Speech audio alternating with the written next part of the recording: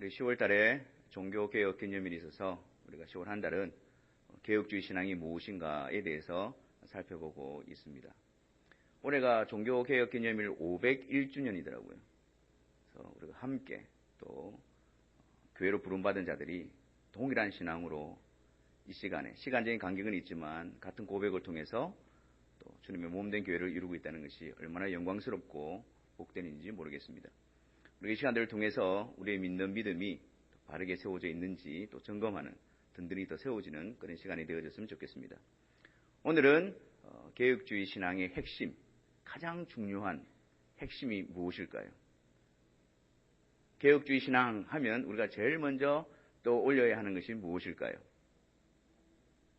네, 주보에 나와 있습니다. 하나님의 주권, 절대적인 하나님의 주권, 하나님이 영원하신 주권자이십니다. 그 믿음이 개혁주의 신앙의 가장 핵심적이고 중심적인 것입니다. 그러면 우리가 하나님은 주권자이십니다 라고 고백할 때 그것의 의미는 무엇일까요?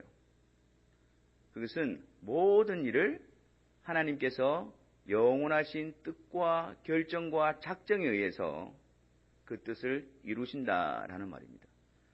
모든 일은 그 하나님의 주권적인 결정, 그 역사, 그 계획에서 벗어나는 것은 단 하나도 존재하지 않는다는 것을 의미합니다. 창세전에, 영원전에 하나님이 세우신 그 뜻을 하나님의 지혜와 섭리와 능력으로 그 모든 것들을 이루어 가신다라는 것이죠. 그래서 우리가 생각할 때에 아주 작고 사소한 일에서부터 시작해서 아주 큰 일까지도 다 모두가 다 하나님의 주권 아래 있다는 것을 우리는 확신해야 합니다. 우리가 우연이라 생각하고 우발적인 일이라 생각하더라도 그 모든 것 배후에는 하나님의 뜻에 의해서 하나님의 섭리적인 손길로 이끌어져 가고 있다는 사실을 우리는 분명히 생각해야 하는 것입니다.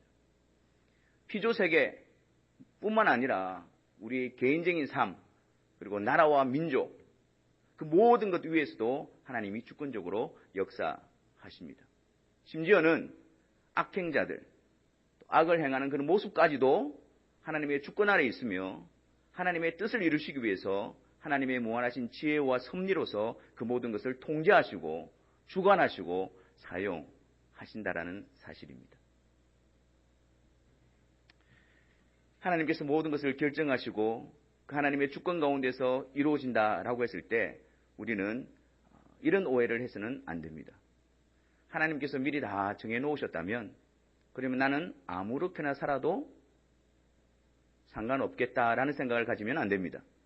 나는 아무렇게나 살아도 하나님의 뜻이 나를 이끌어 오실 거기 때문에 하나님의 정해진 뜻이 나를 이끌어 오시기 때문에 괜찮을 거다. 그런 방종의 생각을 가져서는 안 됩니다. 또한 나의 욕심을 위한 일임에도 불구하고 모든 것이 하나님의 뜻 안에 있다라고 해서 그것이 하나님의 뜻인 양 잘못 사용해서도 안 됩니다. 우리는 분명히 하나님께서 주권적으로 뜻을 세우시고 그 모든 것을 이루어 가신다는 것을 믿음으로 고백함과 동시에 우리의 지혜와 이성으로 그 모든 것을 이해하지 못한다 할지라도 하나님의 무한하신 섭리 가운데서 지혜 가운데서 그 모든 것을 선하게 이끌어가고 계신다는 사실을 겸손함으로 경외함으로 인정하고 세워져야 하는 것입니다. 종교개혁자인 칼빈은 이런 이야기를 했습니다. 하나님은 스스로 자신이 주권자이심을 말씀하셨고 그와 동시에 하나님은 우리들로 하여금 그분이 주권자이심을 인정하는 것을 원하신다라고 말씀했습니다. 우리는 하나님께서 주권자이심을 믿음으로 고백합니다. 그러나 그와 동시에 우리의 삶 속에서 그분이 주권자이심을 우리는 믿음으로 고백하고 그리고 그것을 인정하는 삶을 살아야 합니다. 하나님의 주권자이심에 대한 고백은 우리의 삶과 떨어져 있을 수가 없습니다. 우리의 삶 속에서 그분을 인정하는 삶으로 말미암아 우리 고백이 진실됨을, 우리의 고백이 참됨을 나타내는 삶이어야 하는 것입니다. 오늘 읽은 말씀은 웬만하면 다 암송하고 있는 말씀이죠. 한번 암송해 볼까요? 우리가 알거니와 하나님을 사랑하는 자, 곧 그 뜻대로 부르심을 입은 자들에게는 모든 것이 합력하여 선을 이루시느니라. 한 구절 말씀이지만 이 구절은 하나님의 주권을 나타내는 대표적인 말씀입니다. 우리가 알거니와, 여기서 말하는 우리는 누구일까요? 하나님의 백성들일 겁니다. 성도들일 겁니다. 구원받은 자들일 것입니다. 그들이 확신하고 그들이 아는 것은, 이렇게 시작을 하고 있습니다. 우리가 성도라고 한다면 반드시 알고 확신해야 될 사실은 무엇일까요? 첫 번째로 그것은 우리의 구원은 전적인 하나님의 주권적인 역사이다 라는 사실을 알아야 합니다. 하나님을 사랑하는 자, 곧 그 뜻대로 부르심을 입은 자들이라고 말씀하고 있지 않습니까? 그런데 여기서 그냥 하나님을 사랑하는 자라고만 기록해도 될 것 같은데 왜 곧 그 뜻대로 부르심을 입은 자라고 덧붙여 놓았을까요? 만약에 하나님을 사랑하는 자라고 말한다면 여러분들은 어떤 생각이 드십니까? 그래, 내가 하나님을 사랑하는 자지. 내가 하나님을 사랑하기로 헌신해야지. 내가 하나님을 사랑하기로 결단해야지. 그런 생각을 가집니다. 그리고 내가 계속 하나님을 사랑하도록 지켜내어야지. 이런 생각을 합니다. 근데 오늘 본 말씀은 하나님을 사랑하는 자는 그런 자가 아니고 어떤 자라고요? 그 뜻대로 부르심을 입은 자들이다라고 말씀하고 있습니다. 우리가 만약에 하나님을 사랑하는 자라고 부름을 받고 있다면, 만약에 우리가 정말 하나님의 사랑을 받는 자라고 한다면 그것은 우리 안에서부터 나온 것이 아니고 우리의 결단과 결정으로부터 나온 것이 아니고 어디로부터 온 것이라고요? 그 뜻대로 부르심을 입은 자들, 하나님이 정하신 그 뜻에 의해서 우리가 하나님을 사랑하는 자로 부름을 받고 있다는 것을 말씀하고 있는 것입니다. 우리가 아니라 하나님으로부터입니다.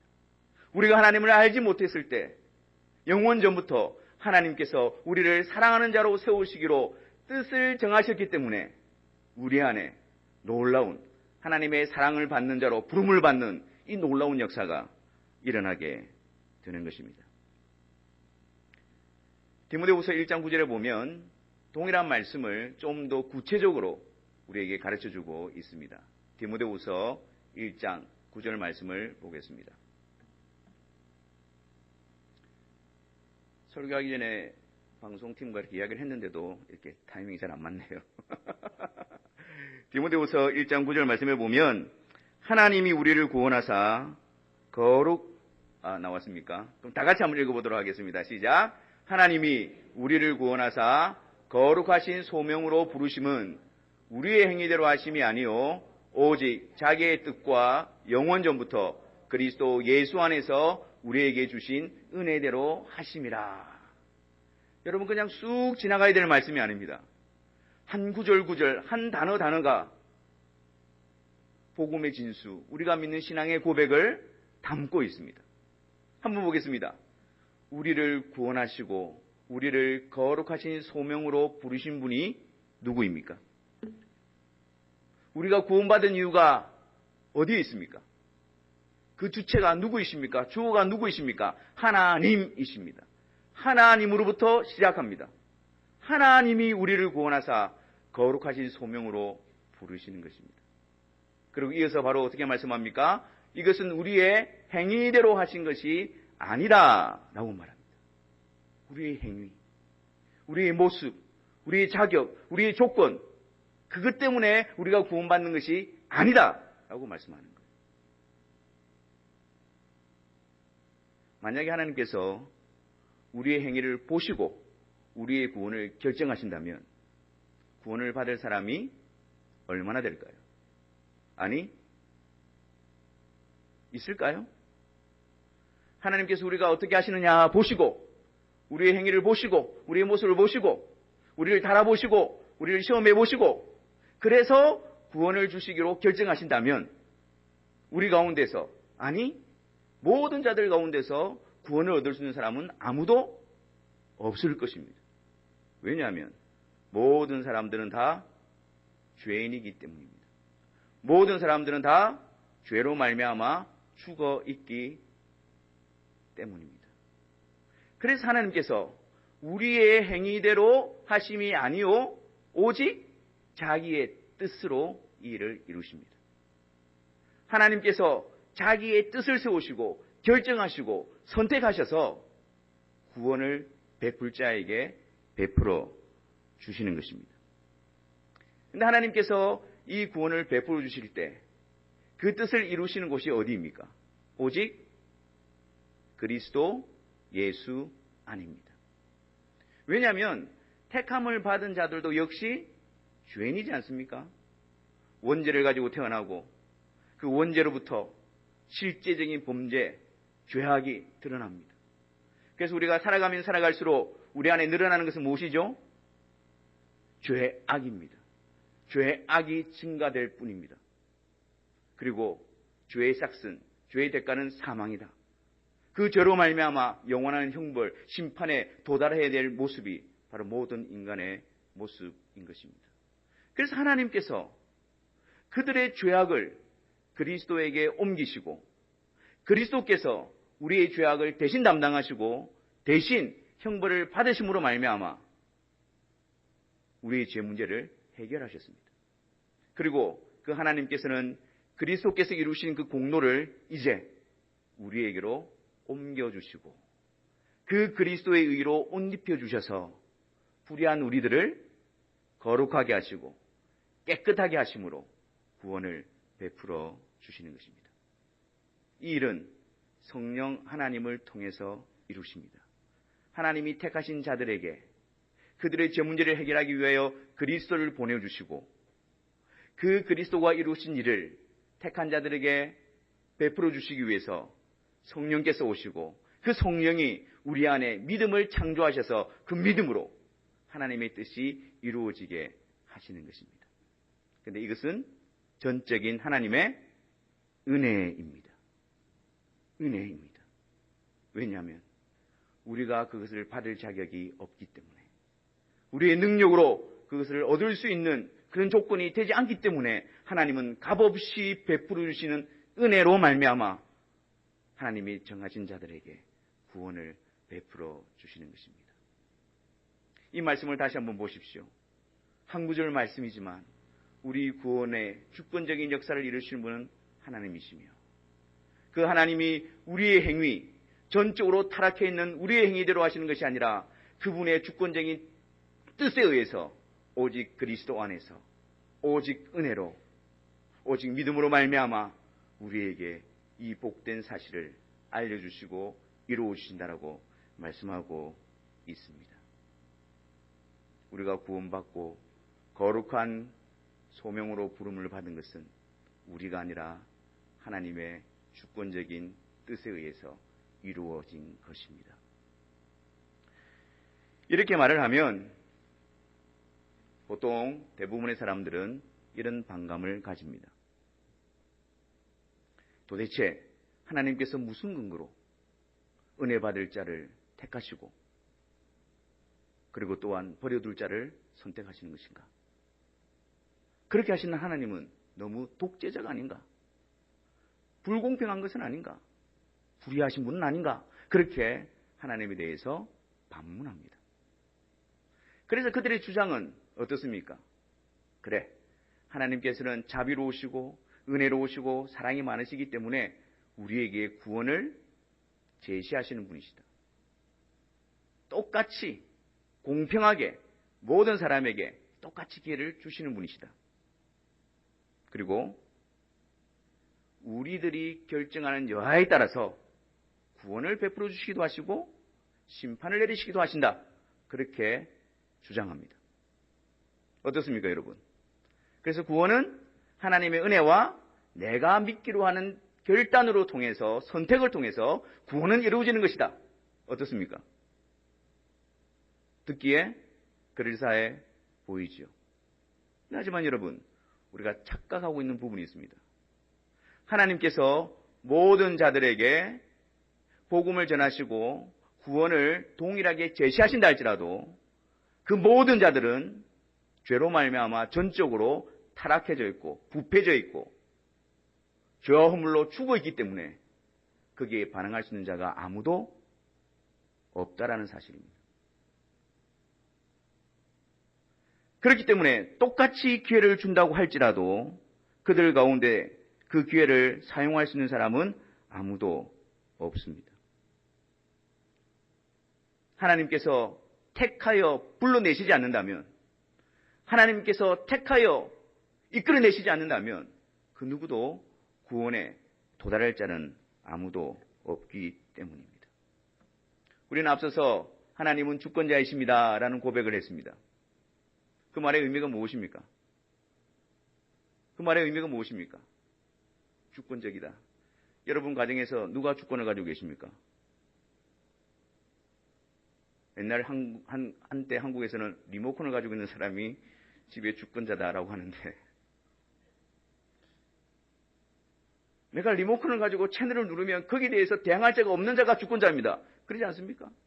하나님의 주권이라는 게 무엇입니까? 하나님이 주권자라는 게 무엇입니까? 모든 만물을 하나님이 창조하시고 주관하시고 다스리시고 통치하시는 일에 있어서 하나님의 기쁘신 뜻대로 그 일들을 정하시고 행하시는 분이 주권자이신 하나님의 모습입니다.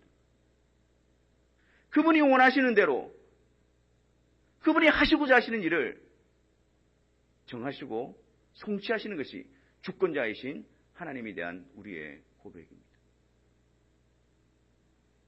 그가 누구이기에 그 주권자이신 하나님 앞에서 어찌 불의하십니까? 라고 말할 수가 있겠습니까? 그가 누구이기에 무한하신 하나님 앞에서, 완전하신 하나님 앞에서, 모든 것을 다스리시고 통치하시고 주인 되신 하나님 앞에서 피조되어진 존재가, 유한한 존재가, 죄로 말미암아 부패되어지는 존재가 그 하나님을 향하여 어찌 이렇게 하셨습니까? 라고 말할 수가 있겠습니까? 걱정하지 마십시오. 하나님은 우리와 다릅니다. 하나님께서 자유롭게 그분이 하시고자 하시는 대로 뜻을 정하시고 이루었다고 하셔서 그분이 불의하신 분이 아닌 이유는 그분은 완전하신 분이시기 때문에 그렇습니다. 그분이 하시고자 하는 그 모든 뜻은 선하시고 공의로우시고 가장 의로우시기 때문입니다. 우리는 마음대로 하라 그러면 어떻습니까? 우리가 하고 싶은 것, 우리 마음대로, 우리 욕심대로 그렇게 하죠. 하지만 하나님은 완전하신 분이시기 때문에, 완전히 선하신 분이기 때문에 그분의 마음대로, 그분이 정하신 대로, 그분이 하고 싶은 대로 행하신 그 일은 곧 선인 것입니다. 그러므로 우리가 하나님의 주권적인 역사 앞에서, 주권자이신 하나님 앞에서 그분의 주권을 찬탈하려고 하는 시도를 해서는 안 됩니다. 주권자이신 하나님 앞에서 우리가 더 지혜로운 척 여겨서도 안 됩니다. 구원은 하나님의 주권으로 하나님이 은혜 베푸실 자를 택하시고 그들에게 은혜로 그리스도로 말미암아 성령을 통하여 믿음으로 그들을 거듭나게 하시고 불러오시는 전적인 하나님의 주권적인 역사입니다. 이 역사 앞에서 우리는 믿음으로 그분을 경외하며 믿음으로 그분을 붙드는 일이 우리에게 주어져 있는 일인 것입니다. 두 번째로 우리가 확신해야 되는 이유가 무엇입니까? 확신해야 되는 일이 무엇입니까? 하나님을 사랑하는 자, 곧 그 뜻대로 부르심을 입은 자들에게는 모든 것이 합력하여 선을 이루느니라. 주권적으로 뜻을 세우시고 택하셔서 구원하신 그들 가운데 그들의 삶 속에서도 하나님은 주권적인 하나님이십니다. 어떻게 해요? 모든 것들을 합력해서 그들에게 선, 유익이 되도록 주관하시고 다스리시는 분이 바로 우리 하나님이십니다. 우리가 당하는 어떤 상황과 어떤 형편이 있다 할지라도 그 모든 것들은 우리에게 유익되게 하시는 하나님의 뜻을 벗어날 수가 없습니다. 그 뜻을 이루시기 위해서 하나님은 지혜와 섭리와 능력으로 그 모든 것들을 주관하시고 역사하십니다. 지난 한 주간 여러분들의 삶을 한번 돌아보십시오. 여러분들 어떤 말을 많이 했습니까? 어떤 생각을 많이 가졌습니까? 여러분에게 닥쳤던 현실은 어떤 현실이었습니까? 이해가 안 되는 일 앞에서 답답함을 느끼지 않았습니까? 정말 내가 계획한 대로 이루어지지 않는구나. 그런 답답한 현실 가운데서 여러분 또 낙심을 경험하지 않았습니까? 내가 도무지 감당할 수 없는 그 상황이 계속 오래됨으로 말미암아 내 마음에 그것이 상처가 되어지고 하나님을 향한 믿음이 흔들리는 그런 상황 가운데 직면하지 않았습니까? 때로는 우리가 구원받은 자임에도 불구하고 죄악 가운데 깊이 빠져서 영적인 침체를 경험하지 않았습니까? 우리 생각으로 과연 하나님이 살아계시다면, 하나님이 나와 함께 계시다면 도대체 이런 일이 일어날 수 있는가? 라고 할 만큼 처참한 상황에 계속 사로잡혀 있지는 않으셨습니까? 우리 육신으로 볼 때 그 현실은 무엇입니까? 우리에게 고통이고 괴로움이고 눈물입니다. 한숨이고 절망이고 낙심입니다. 하지만 오늘 이 말씀을 통해서 그 현실을 바라보십시오. 그 현실은 어떤 현실입니까? 모든 것을 주관하시고 주권자 되시는 하나님께서 그 모든 것을 합력하여서 그의 사랑하는 백성들에게 유익되게 하시기 위한 역사의 현장입니다. 우리가 아무리 눈을 씻고 봐도 그것은 보이지 않습니다. 하나님의 말씀을 통해서 믿음의 눈으로 바라볼 때 우리는 그 고백으로 도달하게 되어지고 그 믿음의 눈으로 우리 현실을 다시 바라볼 수 있게 되는 것입니다. 하나님은 주권자이십니다. 우리를 향해 하나님의 뜻을 이루어 주시기 위해서 그 어떤 것에서 구애받지 않고 제한받지 않으시는 그분의 뜻을 이루는 일에 있어서 무한하신 능력과 전능하신 하나님이십니다. 그분이 우리를 위해서 유익되게 하시고 선을 이루어 주시기 위해서 오늘도 그 자리에 우리를 두시고 그 시간을 허락하시고 그 시간 가운데 우리를 인도하고 계신 것입니다. 분명히 한숨입니다. 분명히 눈물입니다. 분명히 답답함입니다. 하지만 하나님의 주권적인 역사가 그 가운데서 우리를 만들어 가시고 하나님 앞에서 우리를 하나님께서 보시기에 아름다운 존재로 빚어가시는 역사의 현장임을 확신하십시오. 사랑하는 성도 여러분, 하나님은 주권자이십니다. 그 믿음의 고백을 가지고 여러분의 삶의 현장에서 그분을 인정하십시오. 고백뿐만 아니라 그분이 주권자이시고 이 모든 상황들을 다스리시고 우리에게 선을 이루어 주신 분이라는 사실을 믿음으로 인정하십시오. 그렇게 할 때 우리는 범사에 모든 일에 감사하는 자로 세워질 수 있을 것입니다. 나를 힘들게 하고 나를 어렵게 하고 나를 고통스럽게 하는 것이 아니라 이것을 통해서 하나님이 내게 유익하게 하신다는 믿음으로 고백하며 그분의 주권을 인정하게 될 때 범사에 감사하라. 그 모든 일이 우리를 만들어 가시는 하나님의 손길이기 때문입니다. 우리의 구원을 바라보십시오. 그분의 주권적인 역사로 우리를 구원하여 주셨습니다.